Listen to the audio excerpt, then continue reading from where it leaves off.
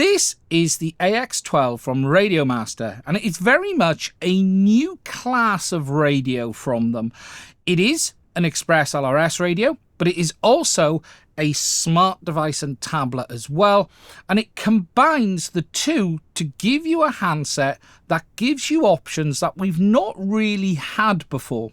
There is no question that there aren't other handsets that look like this and have similar capabilities, but those handsets are often tied to proprietary radio systems, proprietary video systems, whereas this, the AX12, puts you in control, allowing you to choose whatever you want. Now, in this video today, I'm going to give you a complete overview of this radio. We're going to take a look at all of its features and capabilities, and then at the very end, I'm going to share with you my early thoughts, having spent some time with it.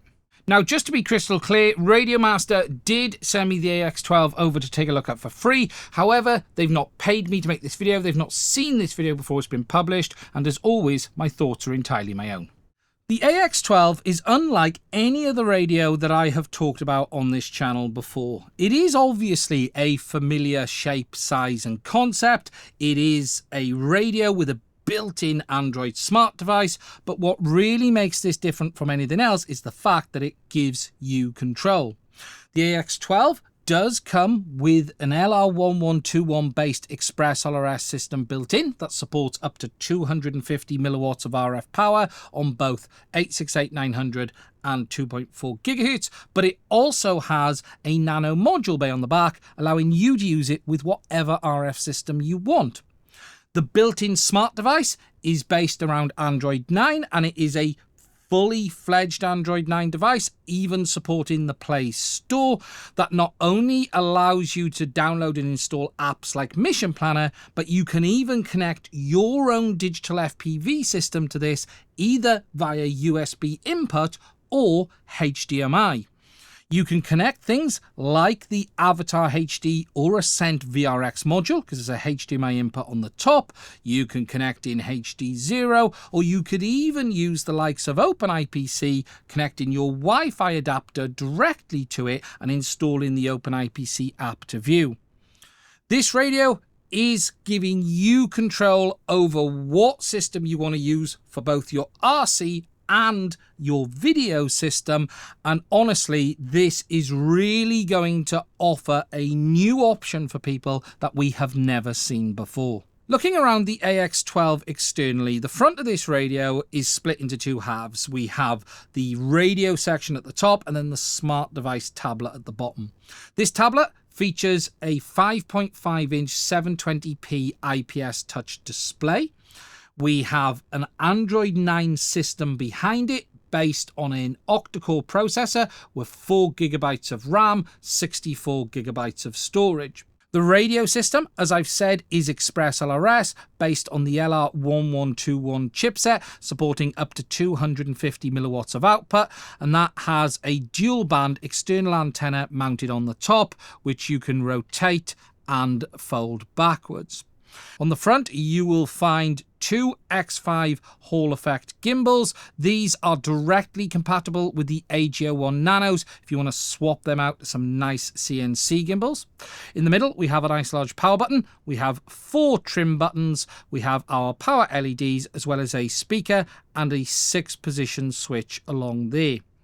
On the top, you will find the rest of the controls for the radio. So on the left-hand side, we have a 2-position latch-in button, 3-position switch, as well as our S1 potentiometer. This is a smooth potentiometer with a nice large center detent. On the right, you will find another 2-position switch, another 3-position switch, as well as another potentiometer, but this one this time is notched. It notches every small amount of movement. I'm not exactly sure how much it is. It doesn't have a center detent. Instead, it simply notches as you move it. So S1 is smooth with a detent, S2 is notched all the way. Around the back of the radio, you will find another 2 3-position switches, SE and SF, and then in the middle, we have a nano module bay. When it comes to the gimbals, they are adjustable. My radio did come with a fixed position throttle, but you can change that to sprung. All of the adjustments are available for this under the rubber grips on the back. On the top of this radio is where you will find all of the main I/O under this rubber flap. Here you will find both HDMI in and HDMI output ports. These are mini ports allowing you on the HDMI in to connect your own digital FPV system like Avatar HD, HD0 and others, and HDMI out allows you to mirror what you see on the display on either a larger display or a set of FPV goggles. Along the bottom, we then have a headphones jack, our USB-C port for connectivity, our I/O, as well as a USB-C DSC port. Powering this radio is dual 21700 batteries with a 10,000 milliamp hour capacity, and there is a dedicated power delivery compatible USB port located to charge these on the bottom. Moving down to the bottom half of the device, and this is where you have that built-in Android tablet. Now, at the moment, I've actually got the screen brightness on minimum, yet that is too bright for my camera here. So I'm going to go and dim everything down so I can show you this in a bit more detail. This device is a fully fledged Android tablet with a RadioMaster app installed, which they call RadioMaster OS, providing all of the custom radio control functionality. When it comes to this RadioMaster app, this allows you to have all of the configuration for the remote controller, but it also provides that HDMI input on the top as well. Behind this, though, is your typical Android OS. You can return into that. This is a normal typical Android OS, fully compatible with the Google Play Store as well. You will need to register an account on it before you can use it, but you can install any Android apps from the Play Store, sideload apps any way you would do on a normal phone or tablet. On the homepage for the RadioMaster app, this gives you an overview of the current state of your controls and switches. So if I just move my throttle stick around, you can see that is represented on the screen. It shows us the positions of our trims, our switch positions on each side. So if I move our potentiometer, all of this is represented on the screen. And then in the center, you have this RadioMaster logo. This allows you to switch between that, a map view, and your HDMI input. Below this, you then have built-in timers, and then along the bottom, you have your individual controls for the RC system. What's nice about this center area is that you can have it as this small map that you see in the middle, but you can expand that out into a full screen view as well. From this home screen, you can also swipe to the left to bring up all of your output information, and swiping left again will bring you into the telemetry screen for your built-in ExpressLRS system, showing you everything that's being picked up from its sensors. Pressing this little cog on the left brings us into our main radio settings. Under here, you can see along the top, we've got model settings, template, system, ELRS, sounds, and Lua scripting. It's worth me mentioning that this radio does actually support Lua scripting, but it's through emulation, but they've actually baked into the app their own customization for things like ExpressLRS, which I will show you in a minute. When it comes to the model settings, if you tap on your model here, it allows you to bring up the basic information like the name, set your own picture, etc. Under templates, allows you to select the kind of template you want for your models. You've got your system settings. Under here, you'll find things like user and language, joystick mode, your pre-flight checks, restore factory settings, system and updates for the Android app, and then the alarm voltage settings. Under ExpressLRS, this is a dedicated section that they've built in to their RadioMaster OS app for controlling the ExpressLRS system. You can actually still use the ExpressLRS Lua, but they've baked this in from the factory, allowing you to quickly and easily configure the ExpressLRS system without having to use the Lua emulation. Under sounds, here you will find all of the options for dedicated sounds on the radio. And then under the Lua scripting, as I've said already, this is a form of emulation.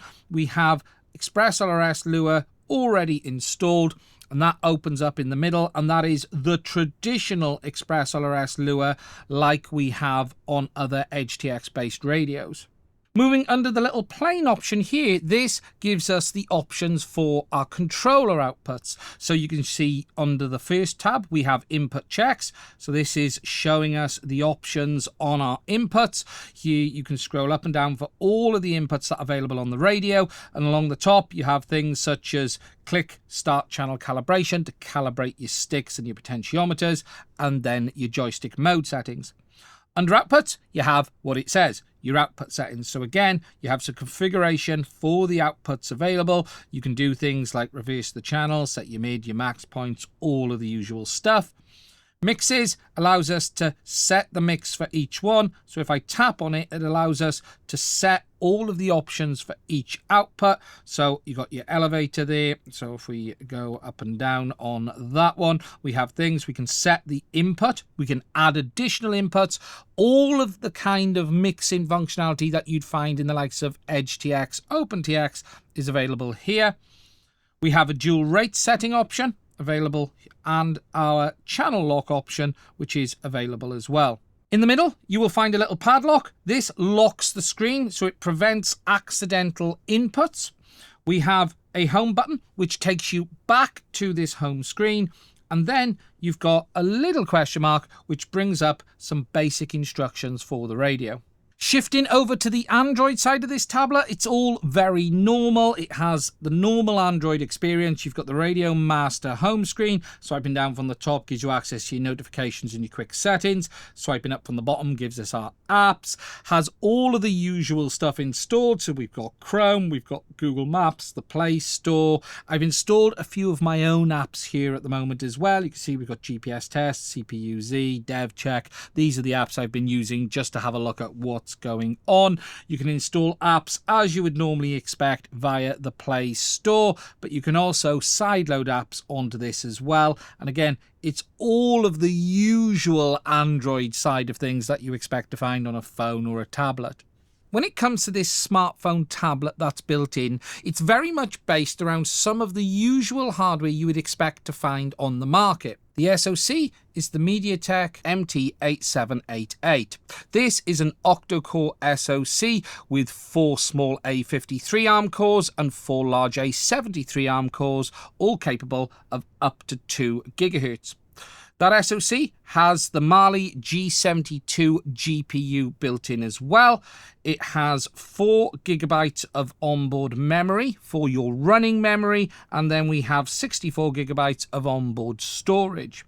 When it comes to the display on this radio, it is a 720p display, resolution of 1280 by 720 with a maximum refresh rate of 60 Hz. That display has a maximum brightness of 450 nits.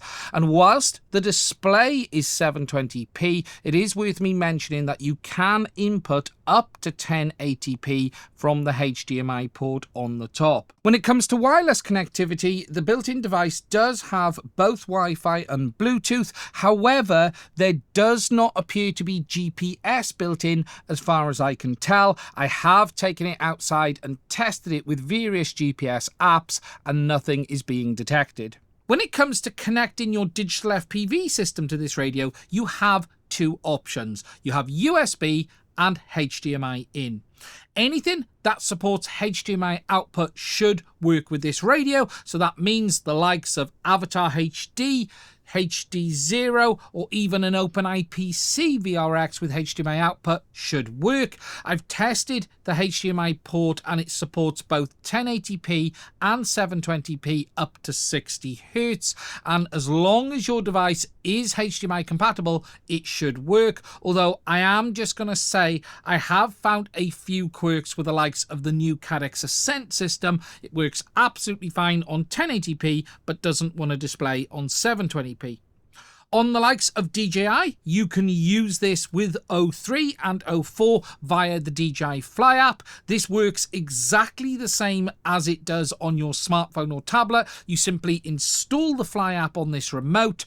connect your goggles via USB, and then you have that DJI Fly mirrored screen. And what's really nice about this is that you can then output that over the HDMI output built into the radio as well, meaning that you don't need to use the likes of Cosmos Streamer or the very expensive DJI RC Pro.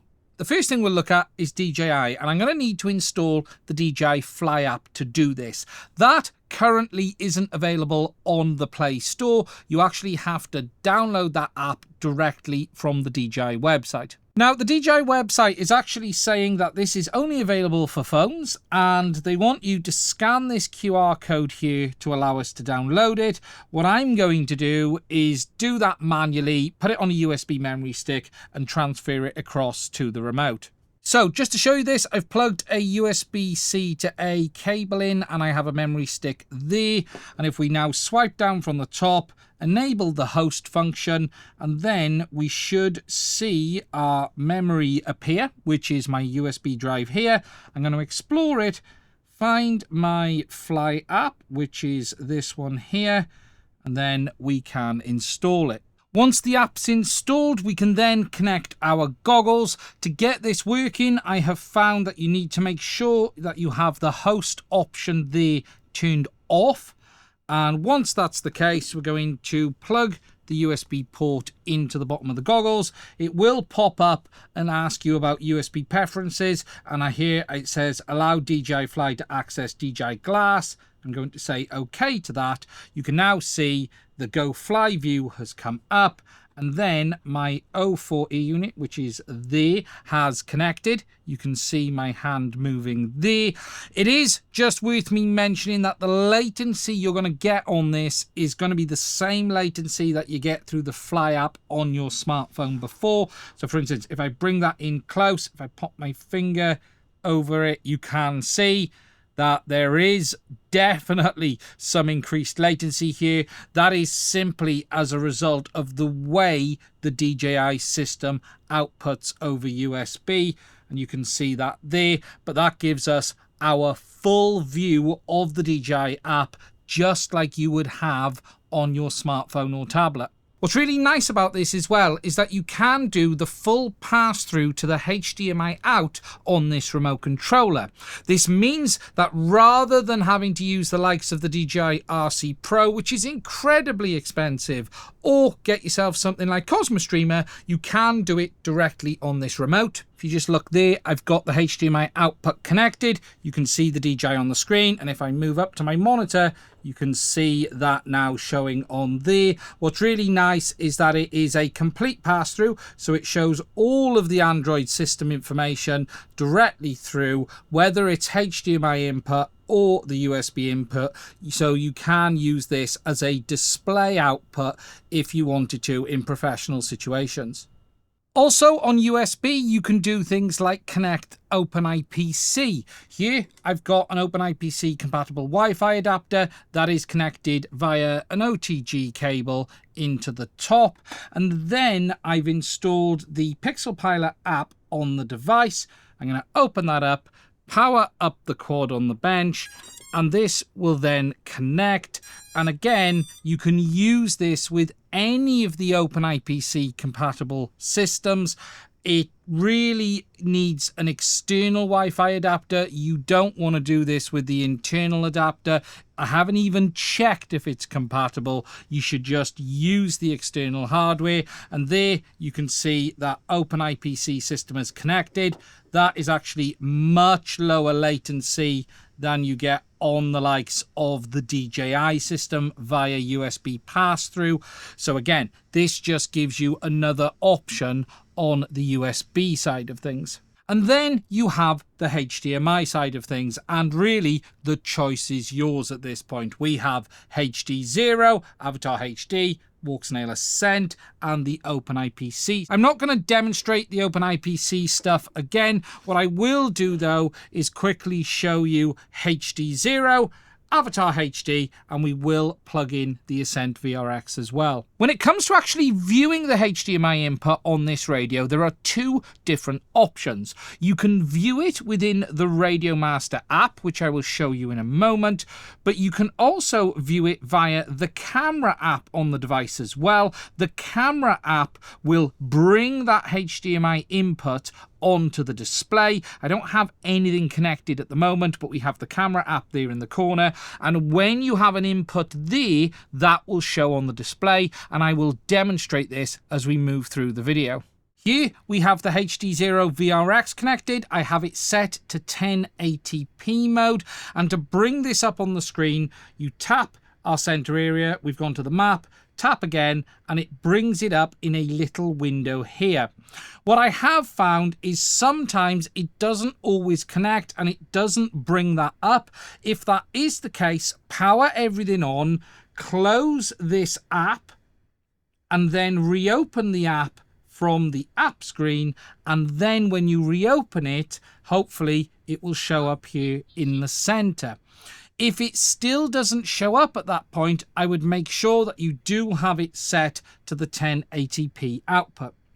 Now, as you see, it is a small window. We can bring that larger by just tapping the arrows there. In this view, it doesn't give you a complete full screen. It is windowed in the center there. So if I just go into the HD0 menu, we just press that. We might need to swap back over. It does sometimes jump out of it when you change the output from the device. The HD0 system behaves a bit weirdly in the sense of when you go into the main menu, it does change the resolution on the output and it goes back then and resets it. But there you can see that full menu has appeared. I can exit that. You can see it's reset again. I can go back to there, and if I now just power on a HD0 quad, you can see that HD0 image has now appeared in the middle of the screen. As I mentioned earlier, alongside the RadioMaster app, you can also get your HDMI input through the camera app. The HDMI is actually plumbed into the camera system in the radio, so if we open the camera app, you should then see it come up, and this is a full screen view of that HDMI input. You can see there that it is all the way around the sides. So if you did want to get yourself a full screen HDMI view, it is available. It is worth noting that there is some overlay on this. So you can see down there, we've got the picture and video and the shutter button, which doesn't really work. If I press the shutter button, it seems to just close the app. You have a button over here, which is your gallery button. So there is a little bit of overlay on this app, but what's nice is that it is plumbed into the camera subsystem, and as a result of that, you could use it with third-party apps. I have tried a few, and whilst they work, they don't orientate the screen correctly,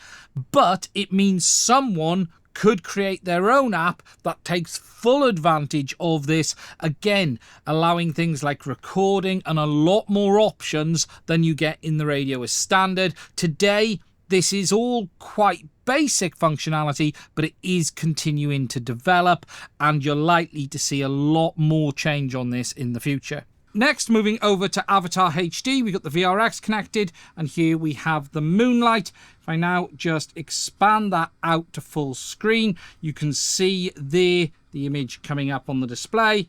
Latency looks fairly good. I haven't actually done latency testing on this yet. I will do a bit of input latency testing before the end of the video. I certainly wouldn't say this should be used for racing, out and out freestyle. I think this is more aimed towards fixed wing, boat, ground-based users. Just to show you, that is in the 1080p standard mode, which is 60 frames a second.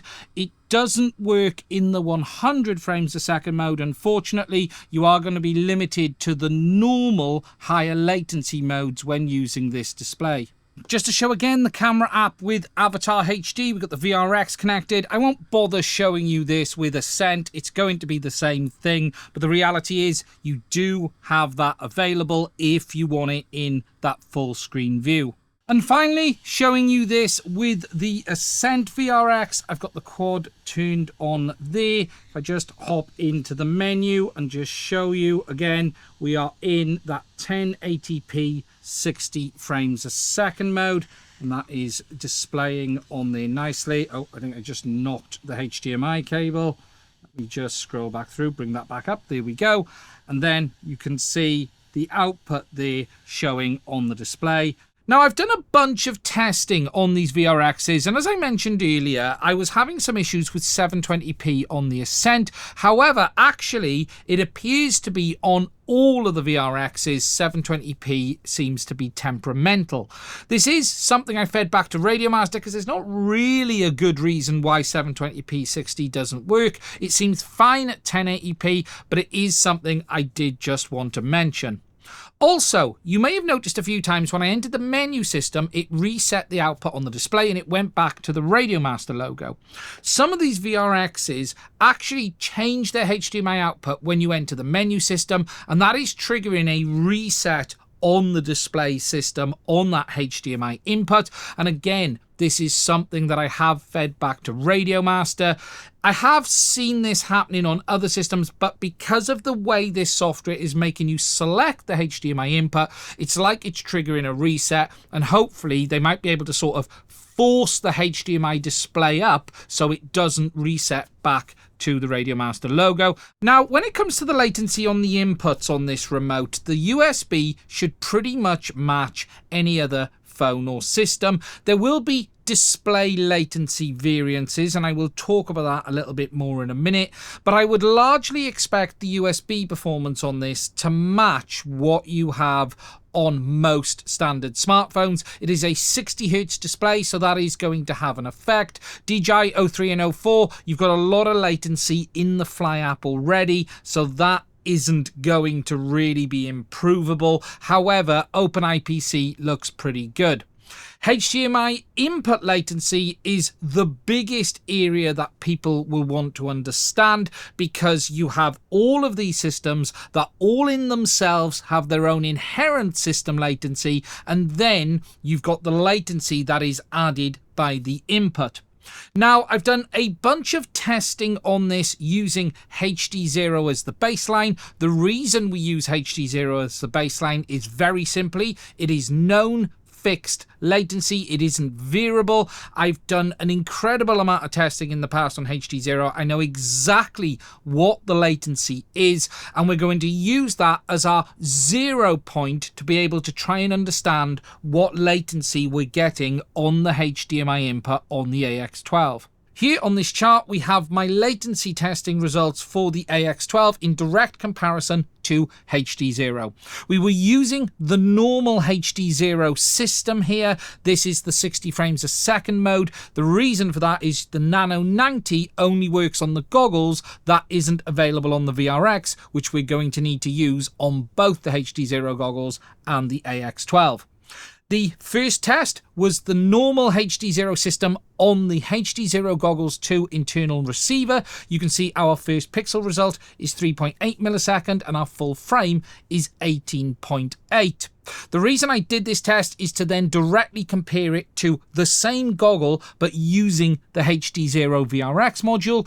Doing that, you can see the latency increases from 3.8 to 6.4 milliseconds for first pixel, and then 18.8 to 21.2 milliseconds for full frame.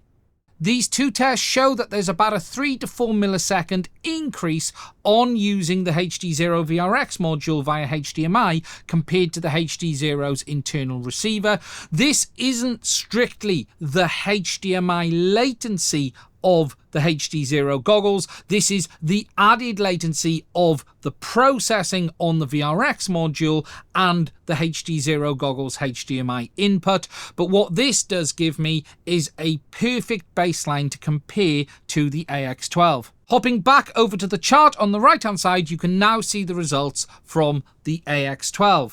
Our first pixel result with the HD0 VRX module is coming in at 144.2 milliseconds on average, and our full frame is coming in at 167.6 on average. Looking at the difference between the VRX on the HD0 goggles and the AX12, this is adding roughly 140 milliseconds of additional latency. Something else I just want to mention on this as well is there is a difference in how the image is being displayed on this radio compared to a set of goggles as well.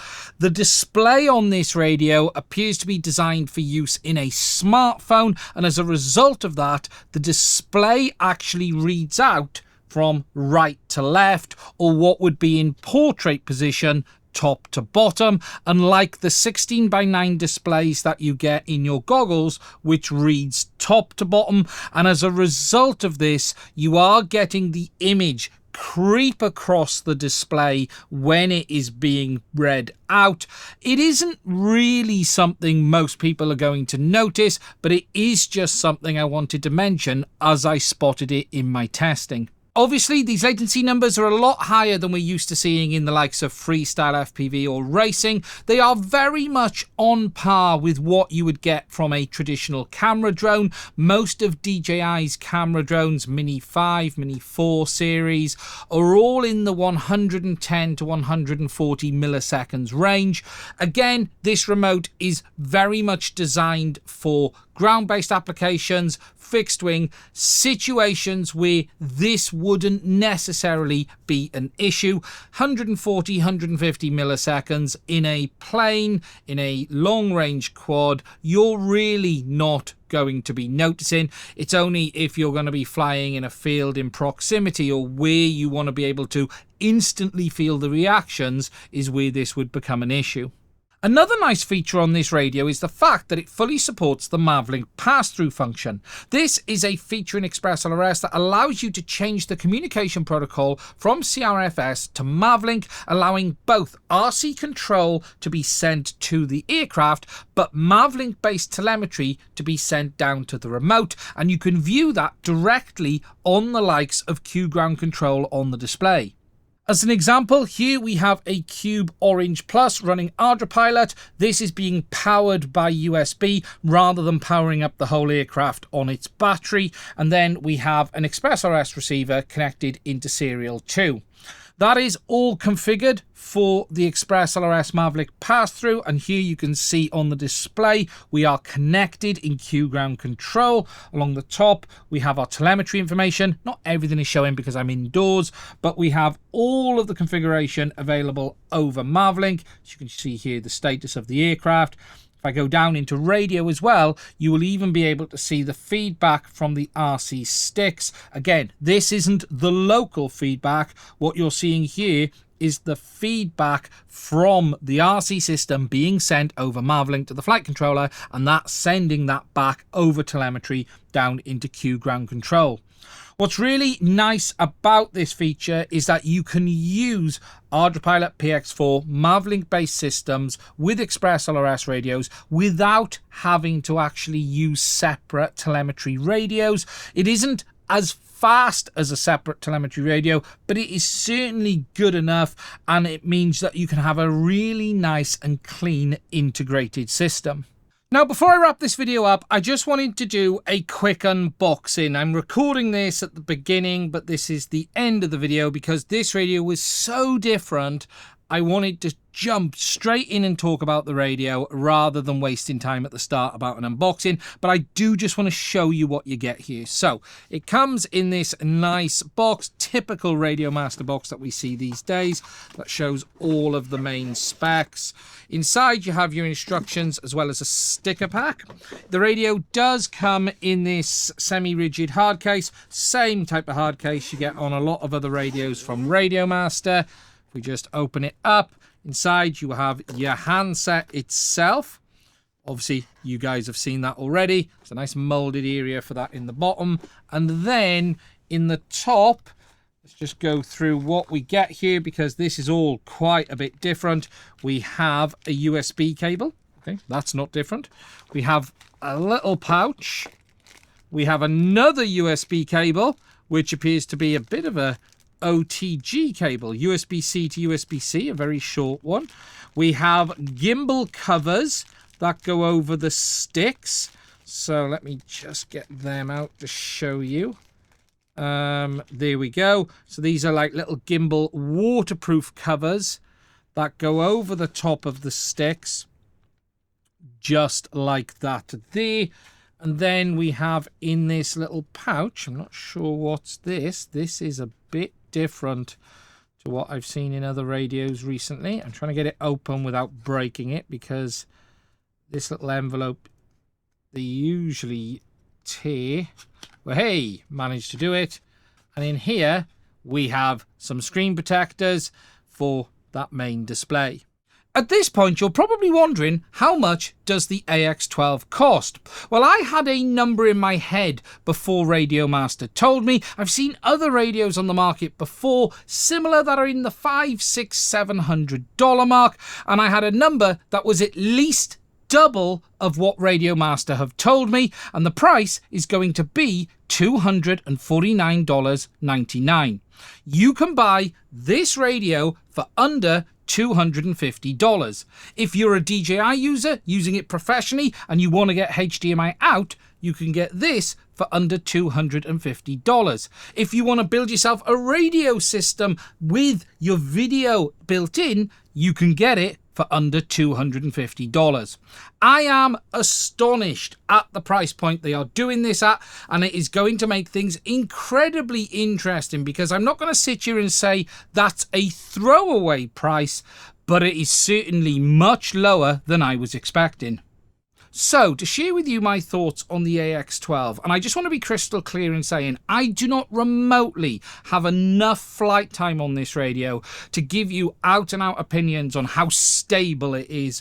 Does all of this new functionality work all of the time as expected? We have a handset here which is running Android. We have a new Radiomaster app. There's no Edge TX here. Don't worry, Radiomaster are not abandoning Edge TX. They still have lots of radios with it, but this radio called for a different option, and that's what they're doing here. But that doesn't mean they won't use Edge TX in the future. But for the AX12, you have your Android based system with the built-in RC control system, their own app, and that allows you to do things that we haven't been able to do on Edge TX radios. But there aren't really any other radios out there that offer as much as this does, considering the fact that it has HDMI in, HDMI out, USB. Yes, you've got radios like Hearlink, the CE and others, but those radios are often tied to their own video systems, whereas this allows you to choose. I have to say, I do like what Radiomaster have done here, and they haven't fenced you in either, even by building in the likes of ExpressLRS. There's a module bay on the back, so you could use it with Crossfire if you wanted to. You can use it with other systems. They're not forcing you to use that built-in radio system either. As for the tablet part of it, it all seems good. I haven't seen too many issues. Have had a few quirks with the app now and again, especially that thing where I showed you earlier where it resetting the HDMI input, although as I've said already, you can use the camera app. I'd like to see a bit more development around that. The camera app does have an overlay on. Haven't figured out how to get rid of that. I'd like to see a dedicated app that gives full screen recording and a few other options, an OSD overlay as well. That would be really cool to see. I think what is fair in saying here that this radio is young. It is new. It is a new platform. We're going to see a lot of development on this as time goes on, and what you're seeing here today is the beginnings of where this radio is at, but I'm sure you're going to see it continue to develop in the future. As for who is this radio for? Well, this radio is for people who are looking to fly fixed wing, big copters, boats, planes, cars, where you want a screen on the bottom of your radio that you can fly with or provide telemetry information. Obviously, the latency on the inputs is not going to make it ideal for the likes of freestyle pilots. But for long-range users, planes, that is fine. It's not a problem at all. Also, don't forget the fact that this radio allows that DJI app pass-through for people looking to get DJI HDMI output. This is an option. You can plug your DJI system in via USB, you could fly it via USB, but you can also then output to a large display via HDMI. There are pro users who would buy this radio just for that functionality, so you don't have to spend the crazy money on the DJI RC Pro.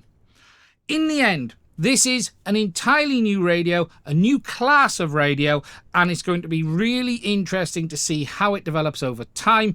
If you are interested in getting in early and trying this radio for yourself, there will be a link to it down below. That is a link to Radiomaster. As I said at the start of the video, they did send me this over to take a look at for free, so I just want to say a thank you to Radiomaster as well. I am going to be following this radio closely, and once the weather turns, when I can actually fly properly and fly things this can use, I will make another video talking about this radio, and probably a few actually as time goes on. So if you're interested in seeing that, please do make sure you are subscribed.